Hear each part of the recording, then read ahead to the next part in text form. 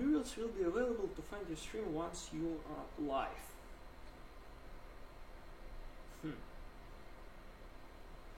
Shows me inbox. Okay, finally we started our stream. Today we will be talking about work stealing algorithm and why it works well. So, like, if you consider, we could consider the work stealing algorithm and understand that it can be it can schedule the work of the graph. Like we have a graph that is going to be open through the time that it will do like approximately some constant time span complexity, additional complexity. So we just have the good work and we increase the span a little bit. So let me start. Like, let's remember what work stealing algorithm is. So we have a number of DAGs. Each process has a DAG, and there is one task in one process that is turned. So this is the processes 1 to P, and what it is doing, like the first, second, and P, we start our work from the one vertex that is the start of the graph. Then we would consider it for a joint model because we'll have two tasks that can be created out of one. So what's happening here? We take one.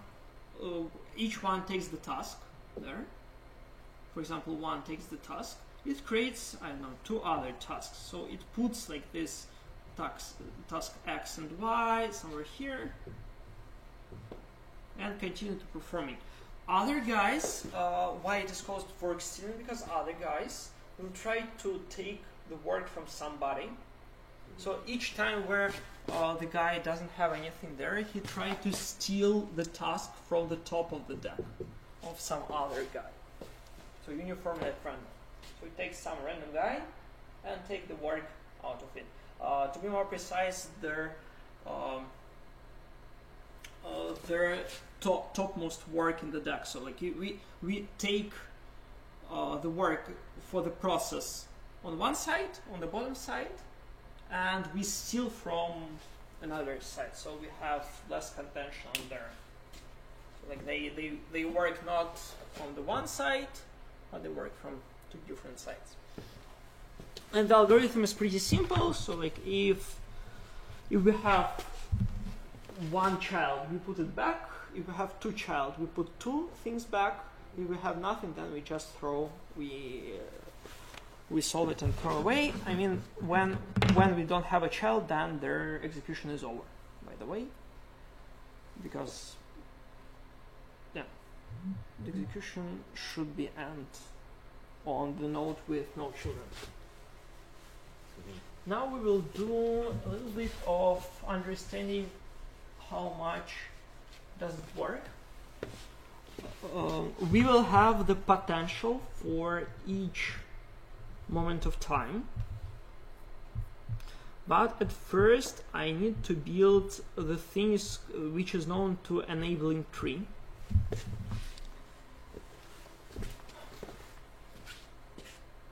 So like we have, I don't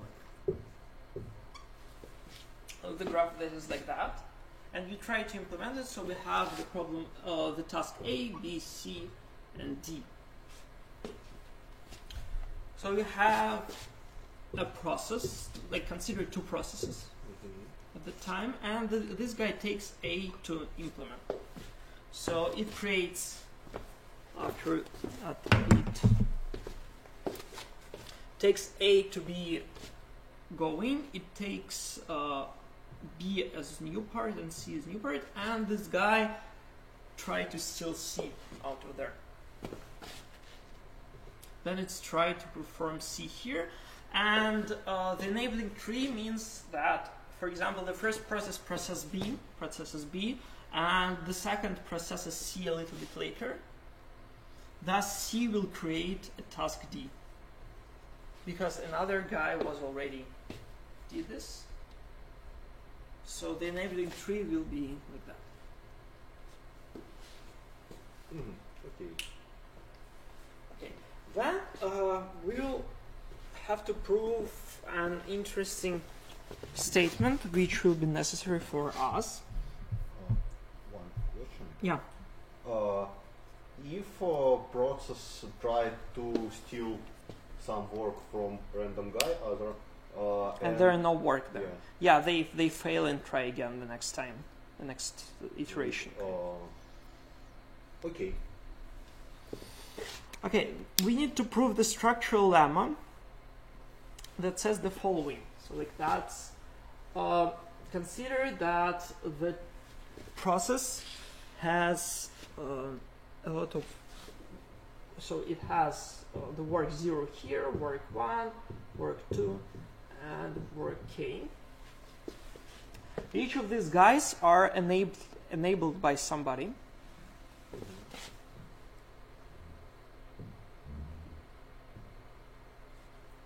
So, and there are U1, U2, UK. The structural lemma tells the following. So like all these guys are also in the enabling tree. And there are two cases here. Either U1 is enabling V0, or there is another node that is also depends on U1 and it kind of enabled V0. So there are two ways on doing that. So if you want to look on that in more detail, so we take V0 and V0 creates two other nodes. So suppose we were in this situation and V0 creates two other nodes. So it creates X and Y. And since U1 or U0 enabled V0, we'll have that V0 is over here and these two guys in there. So V0 will be there. Creates the main idea that we need to understand is that so the tree looks a little bit like that. So each time you take an element from the bottom, you just understand what the tree looks like lower. So like that, the next level, kind of. And what we need to do, what we need out of that, is that we will have their potential. So our proof will be by calculating the potential. And the potential of their vertex U in the enabling tree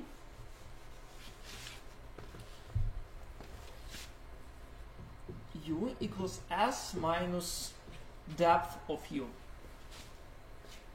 So we look on the enabling tree and we say that the weight of the vertex U is the span of the algorithm minus its depth. So the closer U to the end of the graph, the less it has the potential. So for example, if the node is the last one, then like its depth will be S and its potential will be 0. S is our overall span? S is a span, yeah. S is the span of the algorithm, of the like kind of their the height of the enabling tree, which is the span ultimately. Okay. Okay, so we now we have to prove several interesting necessary things. Is that where is my eraser? So we're thinking about that. And we have V0 here. We could show that V0 is less than or equal than V1, and then everybody else is strongly less than everything. So like this comes from the structural lemma, because like, these guys are dependent on each other. So the higher the guys, the lower the depth.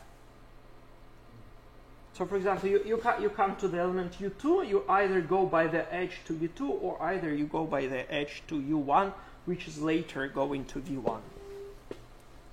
The only difference in that is that in the structural lemma, one of the two cases is when u1 is the parent of v0 and v1, and that is why here we have not less than.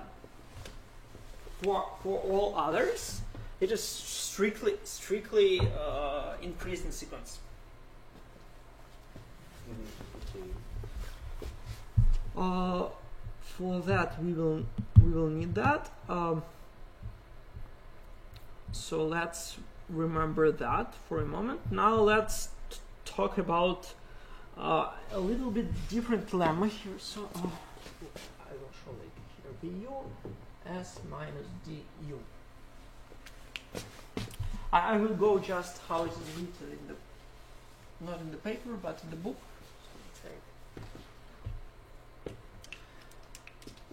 Or possibly I can. No, like it's. We need kind of the additional lemmas that we will use in the whole proof. So like I'm going to the additional lemma, which is named balls and beans.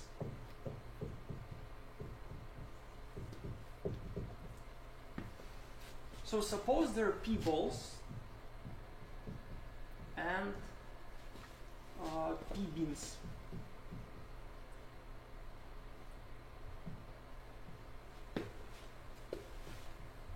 And each bean has weight VW, VWI. And VW large is the sum of VI, and each of VI is not less than 0. Then we say the random variable xi equals to VI if there is a ball in I or 0 otherwise.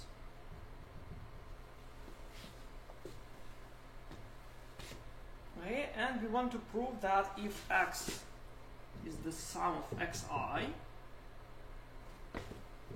then the probability of x bigger than beta w, bigger than 1 minus 1 divided 1 minus b.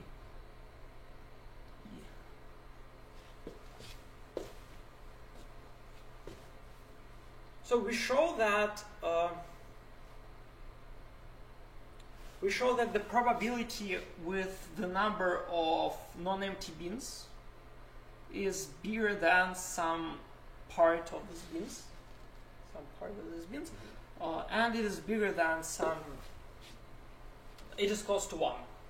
It's the main.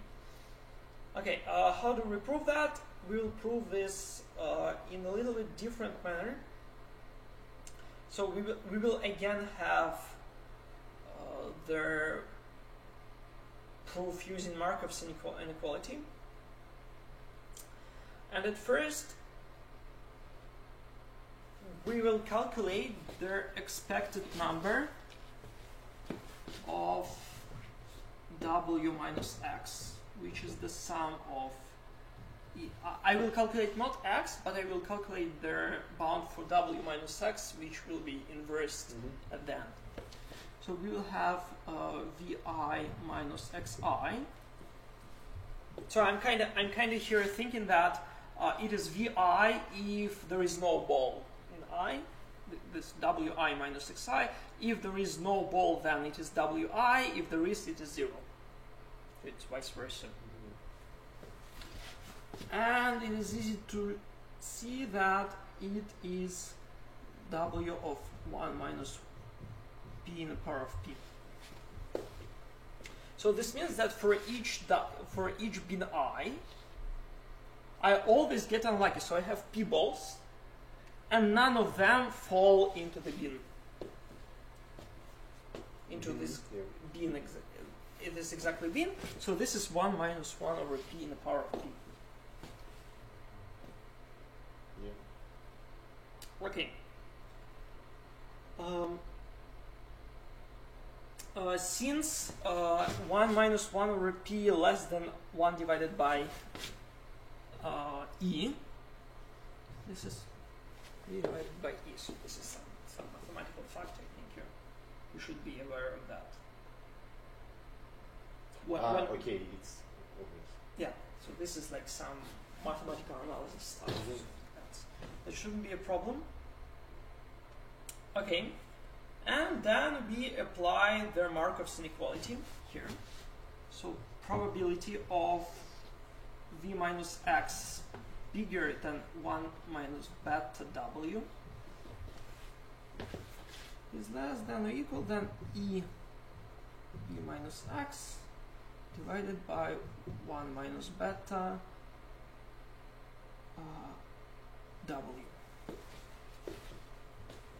So this is Markov's inequality in its prime way.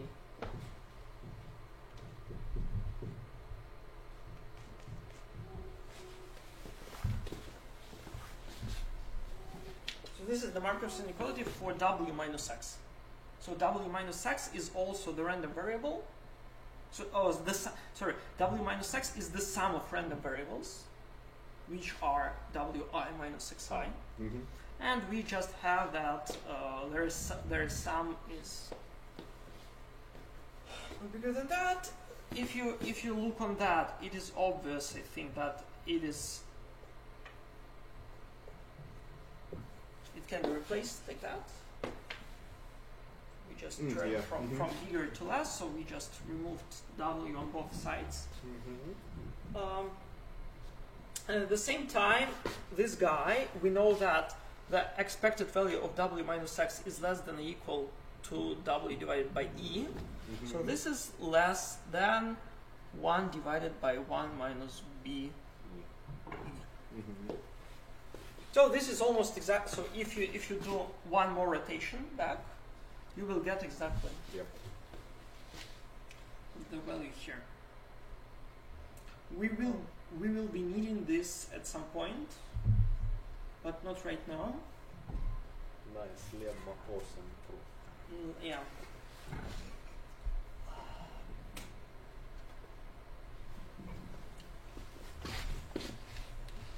I think we don't need it right now here.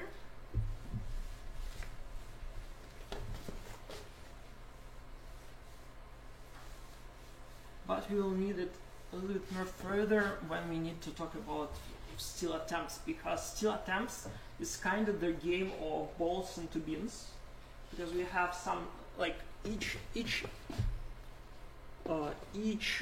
attempt, steal attempt, Mm-hmm. will try to take some bin and get a ball out of that, so we can kind of bound the number of successful the amount of successful steal attempts. So okay,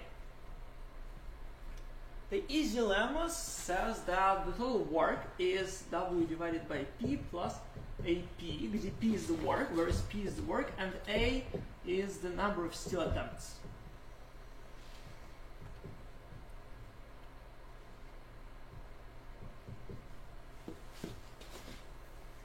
So each time, what is happening? We either each DAC or each process does two things. Either it takes some work from its DAC and apply it, Mm-hmm. or it tries to steal from somebody Mm-hmm. the work. Because the total number of the total work is the work plus the number of steal attempts, like the total work. Because either it works well, so either it makes one work step, Mm-hmm. or it makes one attempt to steal. So that is why it is w plus a and divided by p, because we have p processes. Mm-hmm. Okay. So like this is the number of attempts. So now we come to a pretty hard part. So right now we will calculate the potentials of the states. States, you mean The potential of the states. So each DAC has its own. To be more precise, each V will have the potential, the following potential: Phi of V. Phi of V equals 3 to W V minus 1 if it is going to be applied. Okay, if it is assigned. Assigned means that it was taken from its DAC and is going to be performed. So this is there. So for example, here V0 is assigned. Mm-hmm. I mean, the process already took it from its DAC and it is going to implement it, like execute it. Mm-hmm. So if it is assigned, or it is 3 in the power 2W, V if it's not assigned. So it's potential for our job. It is potential for the whole state. Right now we will come to the potential of the whole state of our execution of at our, all. Yeah.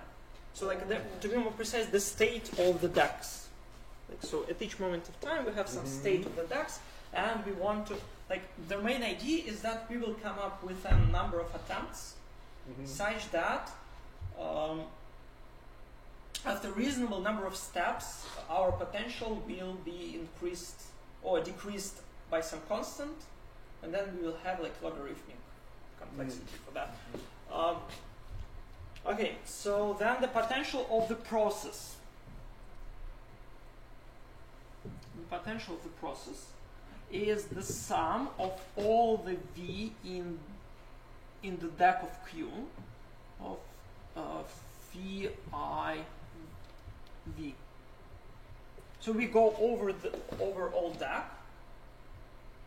So we take this one. So the total cost of the total potential of this DAC is 3 in the power 2 of Vk plus 3 in the power 2 Vk minus 1 and so on, like 3, like here 3 in the power 2 Wv1 and 3 in the power 2 V minus 1 because it is assigned.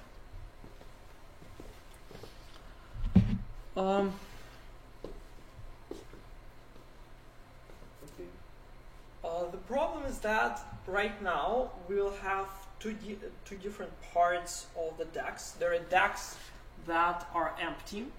So these are the DAX. So there are DAX which are empty.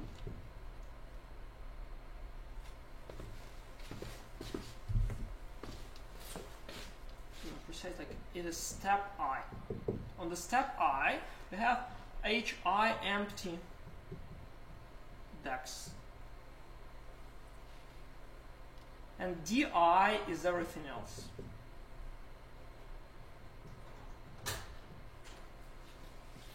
Виталий, я закрою дверь, а то боюсь сервера. Yeah, sure.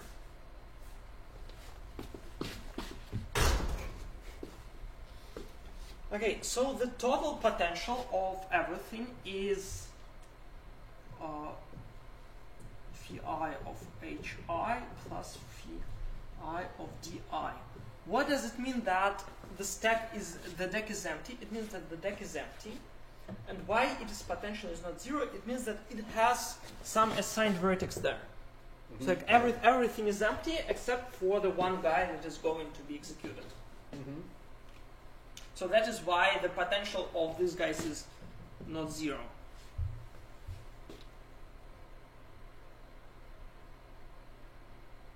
Okay. But at some moment we can. I mean, it can be 0. Yeah. Like typically, if like it is not necessarily to be 0. That's more precise statement. Okay. Okay, let's go further. So we have two types of processes or DACs. Either they're empty or not. Right now we will be proving some information for the DACs that are non-empty. So for TI. Okay.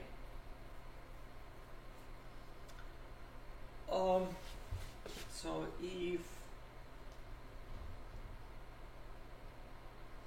is DI, so this is the step for the process queue. Somewhere tasks. I claim that if it is VK, I claim that the potential of the topmost guy is bigger than or equal than 3/4 of the whole potential of the process queue.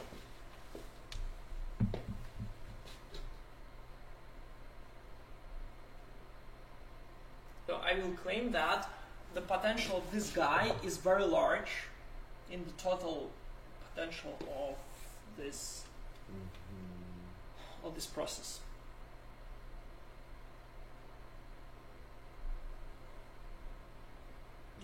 Okay. How it can be shown? I mean, if we consider the number like this way, how the DAC looks like, it is pretty simple because this guy is 3 times 2 larger than the next guy. Because by our structural lemma, each guy has less weights. Yeah. And then the top guy is 3/2WUK. It costs, and the next guy is already 3WUK minus 2. So it's much less. So we can calculate like 3. Okay, no, I will not do that. But the worst case there is when we are not lucky enough in the terms of the weights. So there is only one guy here and one guy here, which have the same weight.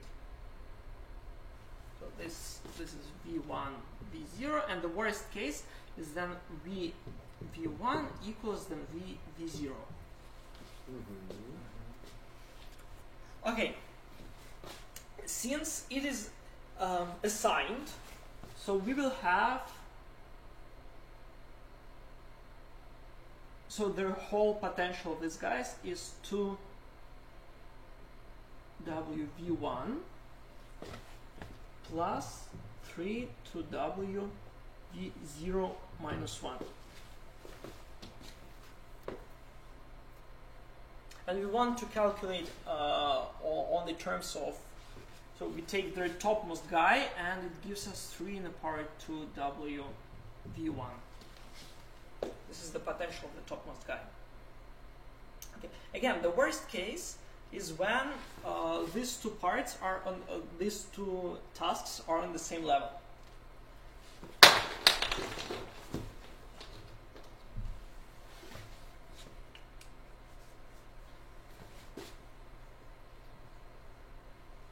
So they're created by one enabling parent. Otherwise, this guy will be more than 3 times larger. It will be like 3 times 9 larger, like 27 times larger in total. So we will say that here is like that. And if we will calculate this correctly, this is 4/3 of phi I.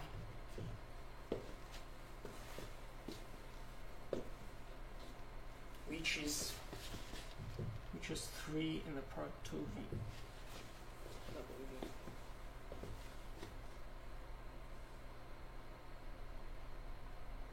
Because like this guy is 3 times larger,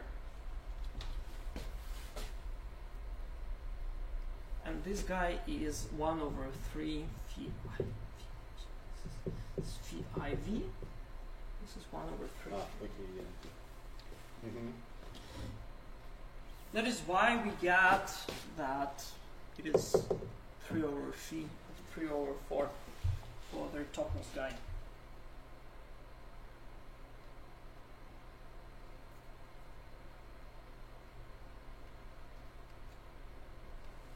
Okay, seems clear for now. Okay, yeah. So the next lemma is a little bit, also a little bit easy. That if we have a vertex V which has not a sign there, and then at the moment, like the processor at one step, the processor takes V and makes it assigned. Mm-hmm. So we had 3 to W V, and then we become 3 to W V minus 1. So this is when the vertex V was not assigned. Here's the vertex V is assigned. And as one can see, this is 2/3 of 3 to WV. I mean, here is minus, here is equals. This means that the total change of their potential will decrease by 2 over 3.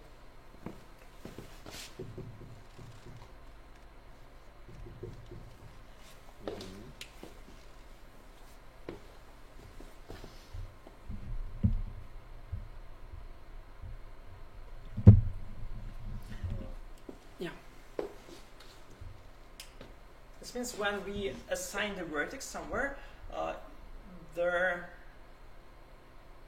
potential decreases. That's what we will need for the future.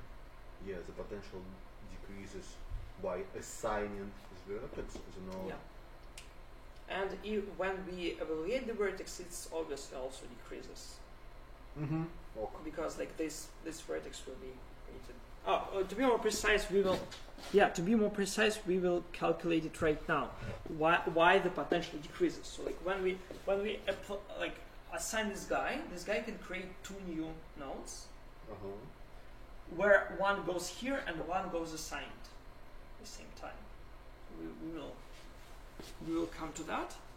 Now, right now, we will try to prove that the total potential decreases by 1 step.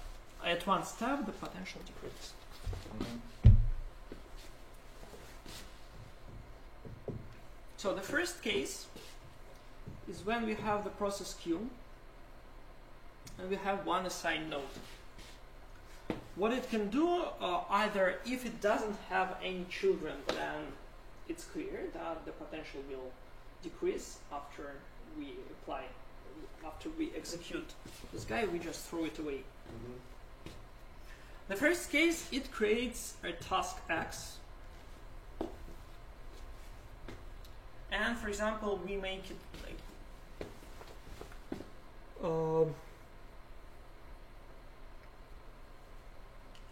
we create W. So we like after this step, we'll have X at the bottom of the duct. Again, so like we need to calculate then how the potential has changed. So at first it was potential W, then it becomes the potential of X, I plus 1.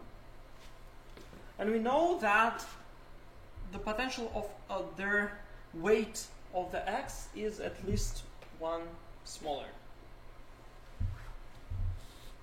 Because V is the parent, so their depth of the node X is at least one higher than V. So we will have 2V. Sorry. Can Yeah. it be more than one? Less? What do you mean? Can its depth be more than Yeah. one? It can. I think it can. It depends on the enabling tree. Yes, but yeah. In this case, if the node is enabled by another gate, is only it should be the same as the depth by 1. Exactly. So we will have here 3 2wv minus 1 plus minus 3 2wx. But we know that x is at least like two times smaller, so this is 2v minus 1 minus 3 2wv minus 2. It is clear to be non-negative, and if we calculate more precise, so 3viv. So when we get one child, then the total potential decreases by this thing. Okay. Then other case.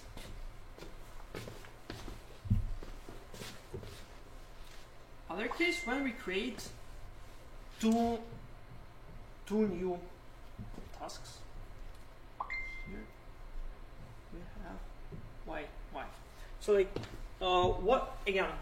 Let's try to understand that you are a little bit understanding everything. So what is the potential on the left?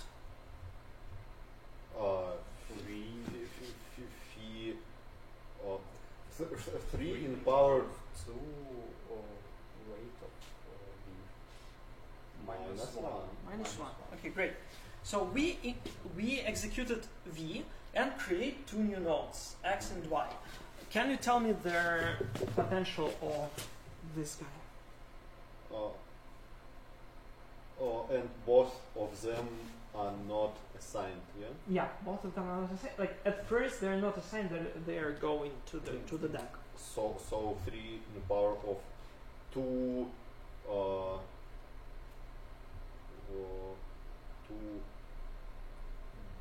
Weight of v or at least plus 1. wait, Okay, let me write like that at first. Yeah. yeah, and And then? And weight of x equal to weight of y. Mm-hmm. and it equal to s minus it equal to what is wx equals to? wv plus 1. wv plus 1. Great. So this means that this is 3 to wv minus 1. Minus 1, yeah. The lower we are, the weight is. So this is minus 2 plus 3 to v minus 2. Then we will decrease by 1 over 3 phi of v.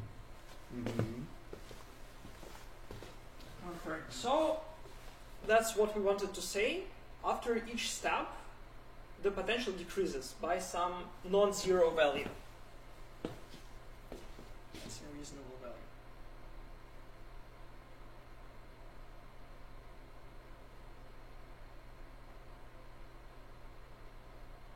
Okay, so the total potential decreases. Now we are going to prove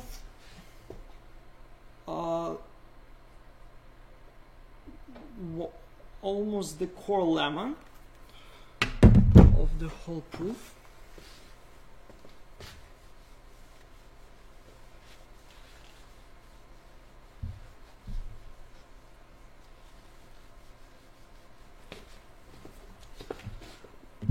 So suppose we have a round I, so we start on the round I and we start on the end at the round J, and we had P steal attempts.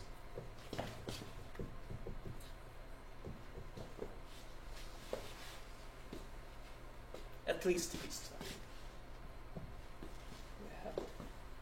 So between round I and J, we have at least P steal attempts that were performed. We want to prove that the probability of phi phi minus phi j, so like that, the difference in the potential is quite large.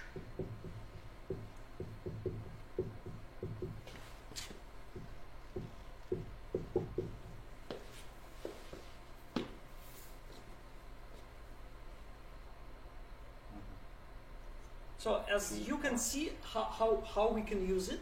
So here we know that the potential decreases by the potential of non-empty DACs. These are non-empty DACs. So suppose at the moment that at every moment, all the DACs are non-empty. Okay. So this di are the whole number of DACs, the potential of the whole system. And we can see that if di is the whole set of nodes and DACs, we have phi minus phi j bigger than 1 over 4 phi I. So there will be phi I. Yeah. This means that in this, when we had p still attempts, our potential decreases by 3/4.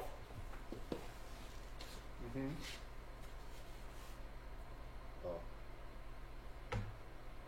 So if we Yeah. if we have like this tricky simple thing, so it is bigger than phi I, then it means that 3/4 phi I is bigger than phi j. So this means after p attempts, with quite large probability, we see their decrease by a constant. So if you will imply this further, kinda in the expected number of 4 steps, we will decrease the potential by constant. Yeah. So this is kind of our main goal. So if we show that, we are almost done. Not precisely fully done, but almost.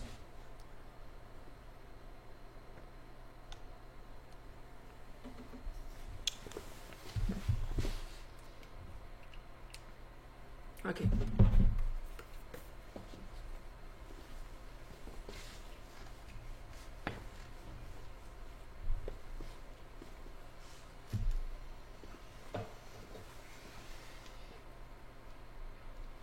So take the process Q, which lies in di. So its DAC is not empty at the moment di, and let's look under V, but that it's on the top. By our, by other theorem on the top element in the DAC, we had this lemma, so that phi of, this small phi of V bigger than equal than 3/4 phi q. So the topmost guys gives us it is 3/4 of the whole potential of the DAC.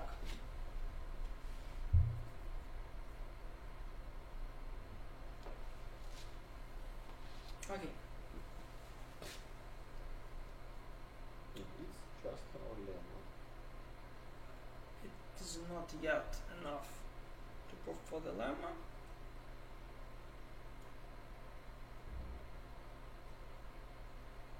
Okay.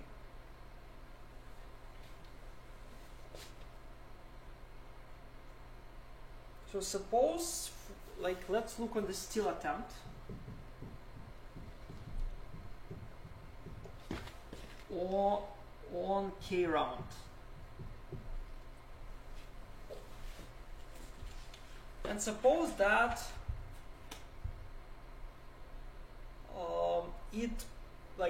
this still popped element V. If it popped like the first popped V,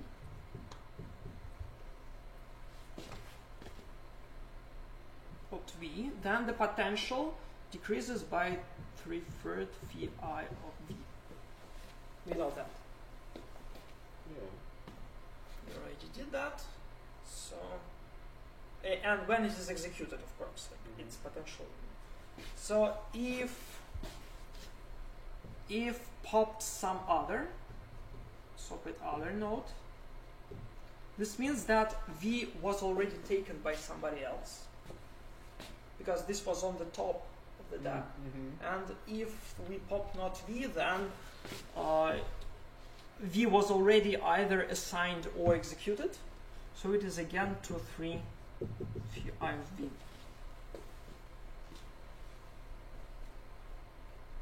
The same goes if the steal attempt is not successful and the DAC is empty, then V was already popped also, and it is decreased by at least Phi of V. So this means that if the steal target is Q, the process Q, then everybody took like 3/4 times 2/3. Like, so if there is attempt, steal attempt, if there existed steal attempt of Q, then we know that we already lost 2/3 of Phi V. If the steal attempt was performed on Q, then and we know that the potential decreases by 2/3 of Phi V. And we know that it was the largest in the DAC. So we can show like 2, 3, 3, 4 Phi Q, which is meant 1/2 Phi Q. Okay, so if we are successfully, we make a successful steal attempt on Q, or at least one steal attempt on the Q, its potential will halve.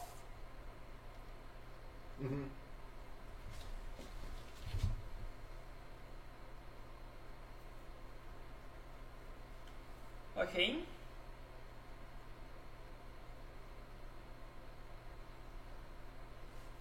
So if you remember their beans to ball theorem, so here, as you can see, we had P steal attempts and we have P beans right now. So we have P steal attempts, P beans, and we want to understand, like right now, as probably you remember, we had Wi for each ball. Each ball costed us Wi. So this is exactly what is Wi here. It is 1/2. I mean that we decrease if there is a ball in this bin. It means that we make a successful steal attempt from this bin.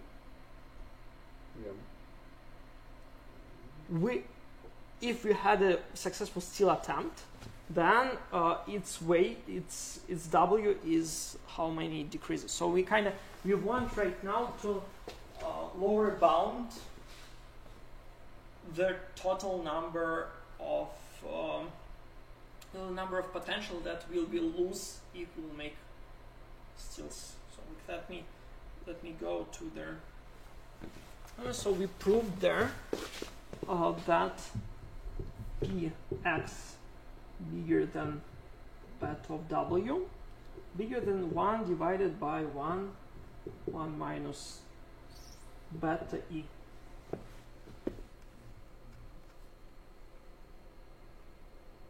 So we know that the probability of taking these guys is that. So we have here, let us be beta be 1/2. So we will know that P, the total number by which their potential will decrease, it is not less than 1/2 W, with the probability 1 minus 2 divided by E. And X here and x, if we successfully steal from there, then the this is kind of this shows us how many potential we will lose with the probability if we had p steal attempts. So this x is just xi is just this guy or 0. If we successfully took this bin, then it will be 1/2 phi iq. Otherwise, it will be 0. Okay. So we know that p x bigger than equal 1/4 phi I di.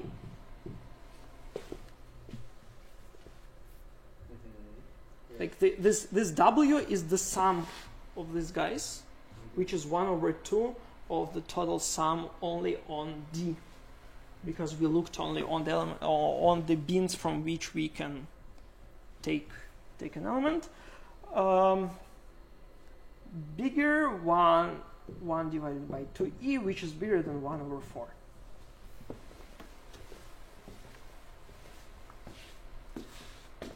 So this is exactly what we wanted. So we lost at least 1/4 phi id with the good probability. Okay. We're almost at the end.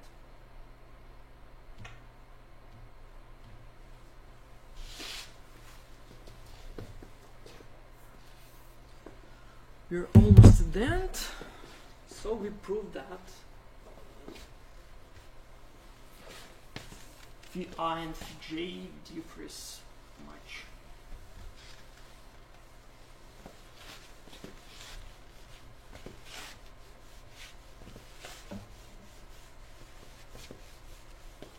I mean, we already talked about how to finish this proof. So we have to look for the p attempts. Kind of. We will split the whole execution on their blocks of p steal attempts, and inside each p steal attempts, we will have this working.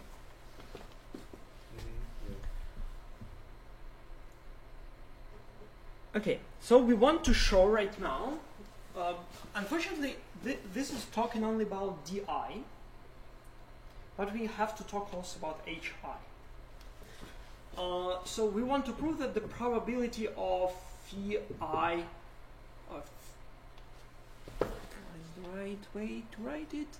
Phi j less than 3/4 of phi I is bigger than 1/4. We want to prove that.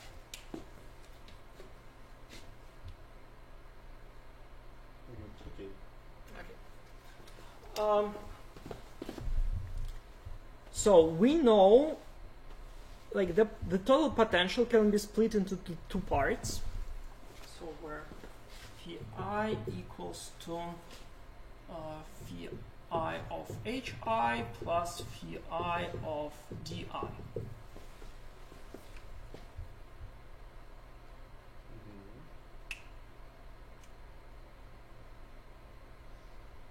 Okay, so what about fi from hi?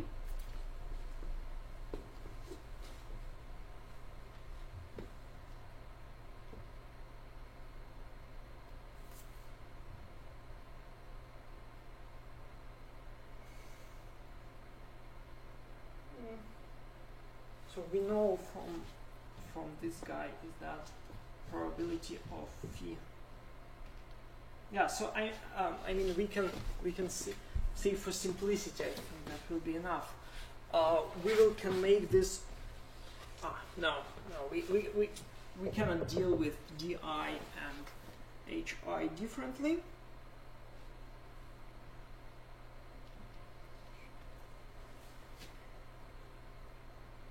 Okay, we need to show that the potential drops for a constant fraction of phi I hi.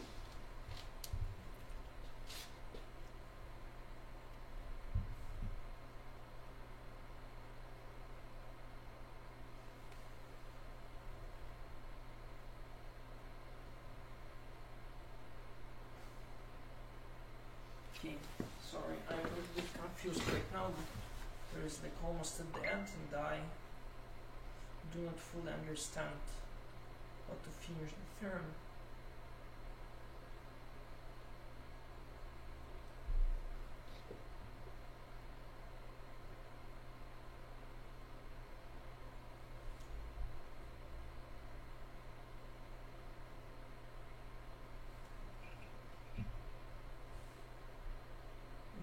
Because that's not how it works. Like, it seems that there is an issue in there. Yeah, I think I know how to fix it, but like what is written in this is not correct. Yeah. So their issue is that, so we know this guy, right? Yeah. But we know that these are for the whole, for all DACs. And we compared it to phi only non-empty. So it can be simply shown that minus fj bigger than 1 over 3 phi hi. Why it's happening? So consider the number of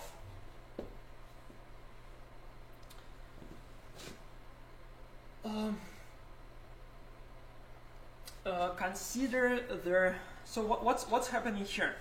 What's happening with this empty? So it has an empty DAC and a signed vertex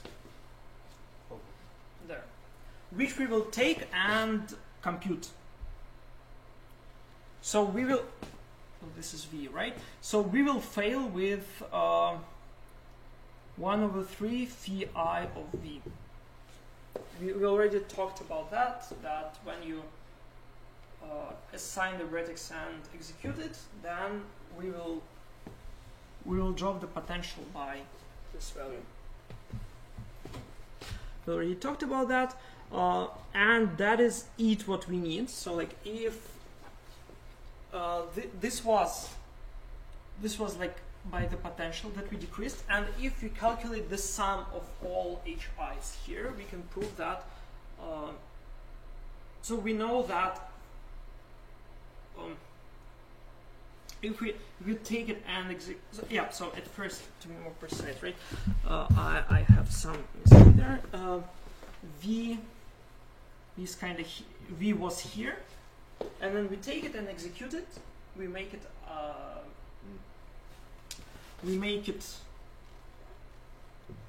Assigned, and we lost the potential 1 over 3 of the original potential when we implement it. Thus, we can show that it decreases by, so this guy is 1 over 3 phi I V1 plus 1 over 3 phi I V2 and so on.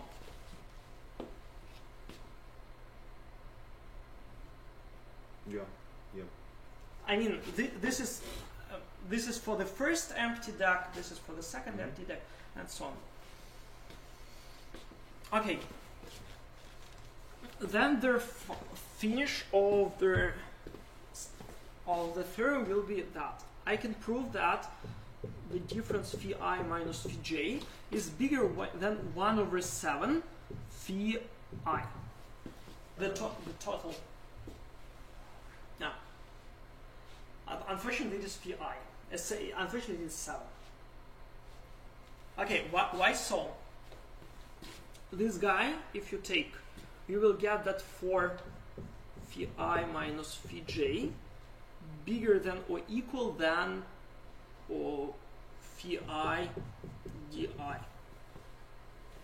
From that, you get that 3 phi I minus phi j bigger than phi I hi. Then you sum them.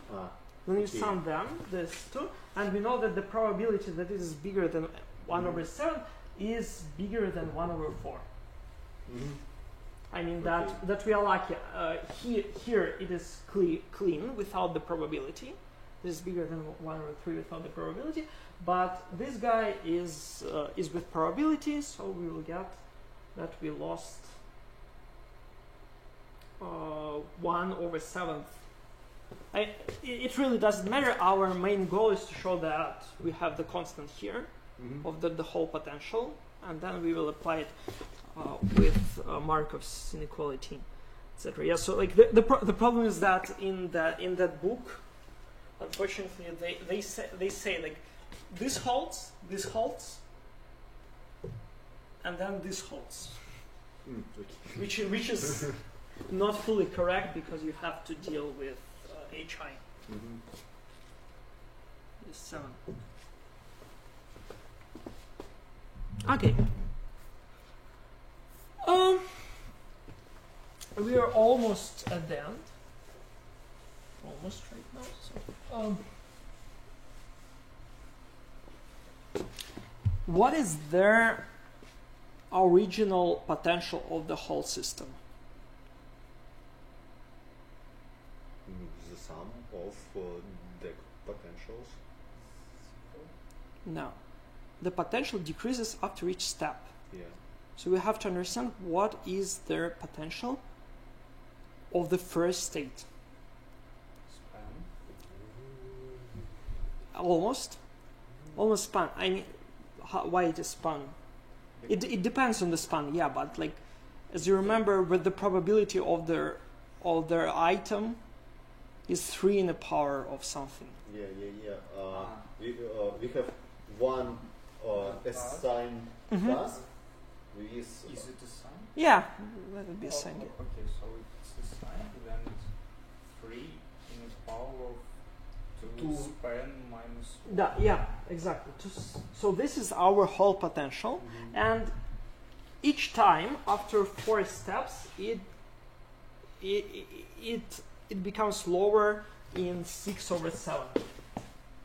Sorry, 7/6, right? Yeah. So if we want to calculate the obvious thing, so like this is the initial potential, T0, and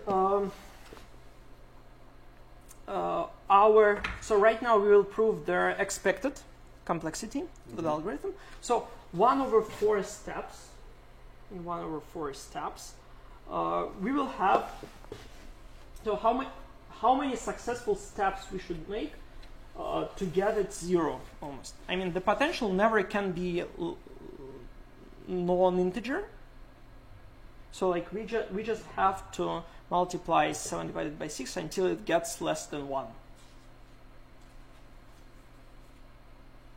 So the number of steps is, we have to take logarithm on that until this like is not less than 1.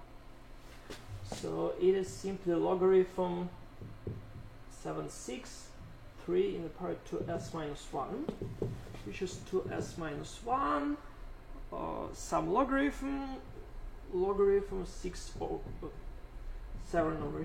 of 3, and I don't know, it is less than, I don't know, 20s. I have no idea exactly. No, the main thing. Okay, if we compare an expectation, each 4th step will be successful. So if we calculate in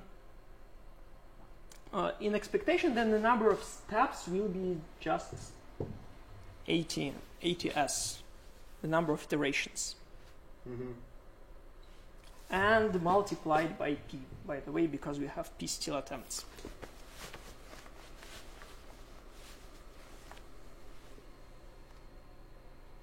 We want to bound the number of still attempts.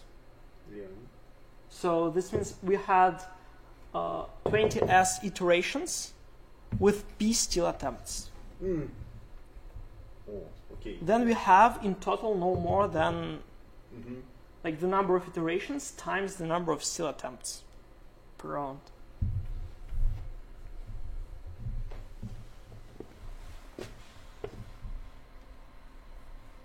Okay, that's about their expected complexity.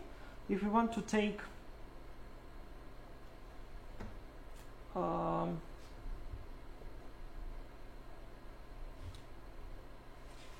if you want to make the proper with high probability bound, we will take n equals to ATS plus m phases.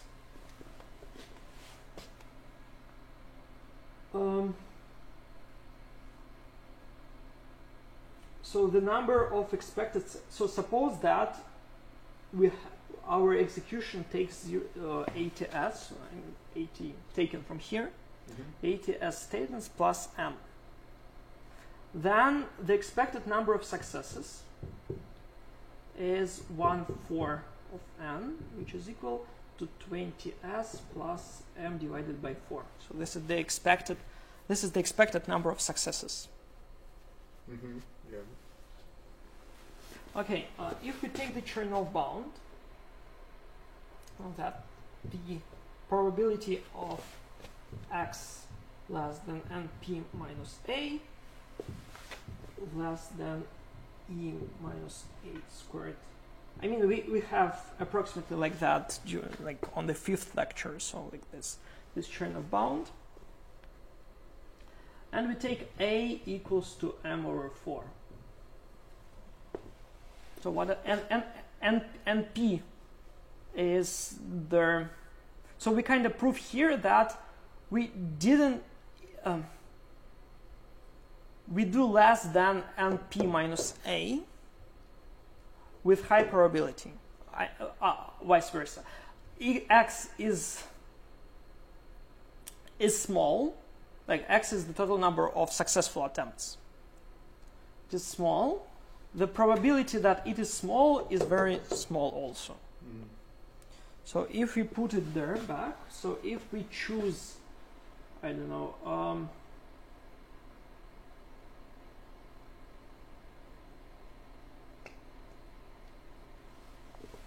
m equals to, I don't know, I will understand right now, like, because there is bugs in this theorem. I will say, like, I don't know, 100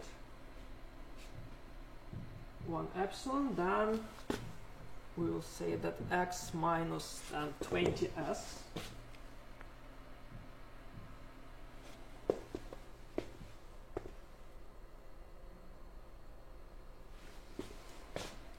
minus e, and then we put it back here, m squared divided by 32 np. So it is not interesting, it is some e minus constant m, which is less than epsilon. So like that. I mean, here is, like, as you can see, if you put m over 4 here, then we will have m squared on the top, and m over 4 at the bottom. Like np is equals 20s plus m over 4. So like, if we calculate more properly, we will have here minus constant times m. Like, because like on the top it is m squared, on the bottom it is m. So we will take m times some constant, which is where m is like 100 logarithm 1 divided by epsilon, and then we, like, I hope that c is larger than 1 divided by 100.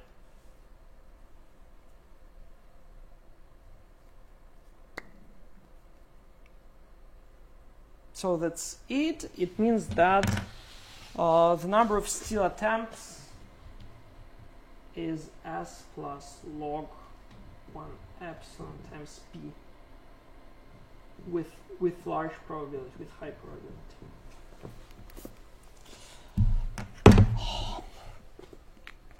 MacBook is not very light. Whew. What is this epsilon in n equals to ATS plus 100 logarithm? And where did it come from? No, it's just small variable. Not variable, even. Yeah, you variables that depends on m. Okay, so and why is there 100? No, I can choose m on myself, and I choose it to be like 80s from here plus some constant times. So what we want to show is that given the probability e, I can prove that the probability that we had so small number of attempts with probability so we had 20s attempts, or with probability no more than epsilon. So they kind of we target it vice versa. So we are asked, please show me that how many steps I should do so that the probability will be not less than epsilon, not bigger than epsilon. And they say, okay, I can take m as like 80s because it's from here, and some constant times logarithm 1 over epsilon. Like 100 here is a little bit of my guess. I think it will be enough. So, and we choose this m and then apply here and understand that the probability is less than epsilon here, if we choose m correctly. So this means that the number of steps that we really did is 80 of s plus 80 of s plus 100. So in total, we will get some constant times s plus logarithm 1 divided by epsilon. So in total, we will have 60s plus 100 log 1 epsilon attempts. We need this number of attempts, this number of iterations. This number of iterations to get 20s attempts.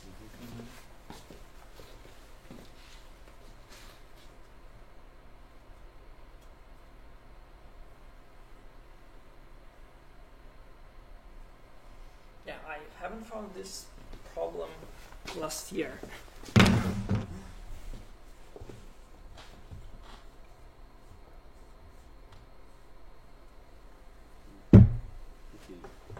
Okay, so by that we proved that the work-student algorithm, if we want, that we can show that it works in W divided by P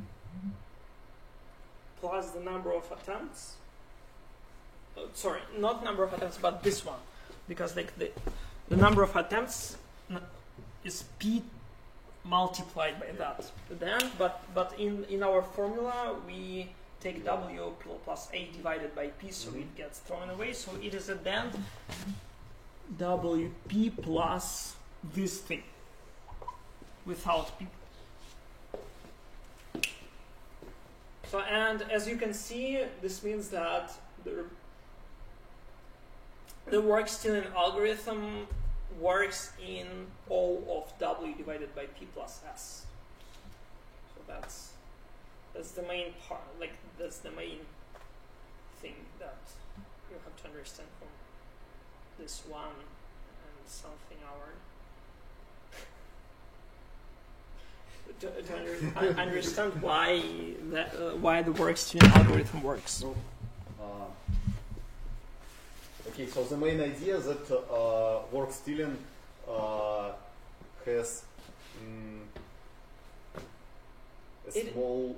a small work overhead, yeah? Wow. Oh, okay. Small work overhead. I mean, depending on what epsilon you want to have, but like, yeah. Okay. Are there any questions on that? Okay. Thank you very much. What? Some homework. Some work? No. No. There is no homework. So, like, by that we finished with parallel algorithms. And next time we will talk about concurrent ones, I think. Okay. Thanks for coming. See you later, alligator.